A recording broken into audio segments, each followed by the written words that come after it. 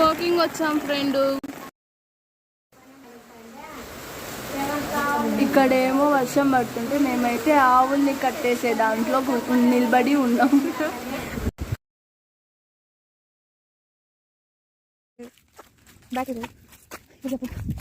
అరే ఏంట్రా ఇది, ఇంత చీకట్లో వాకింగ్ వచ్చి ఇరుక్కుపోయినాం ఈ పెద్ద వర్షం వల్ల. ఏంటి కనబడట్లేదు కదా.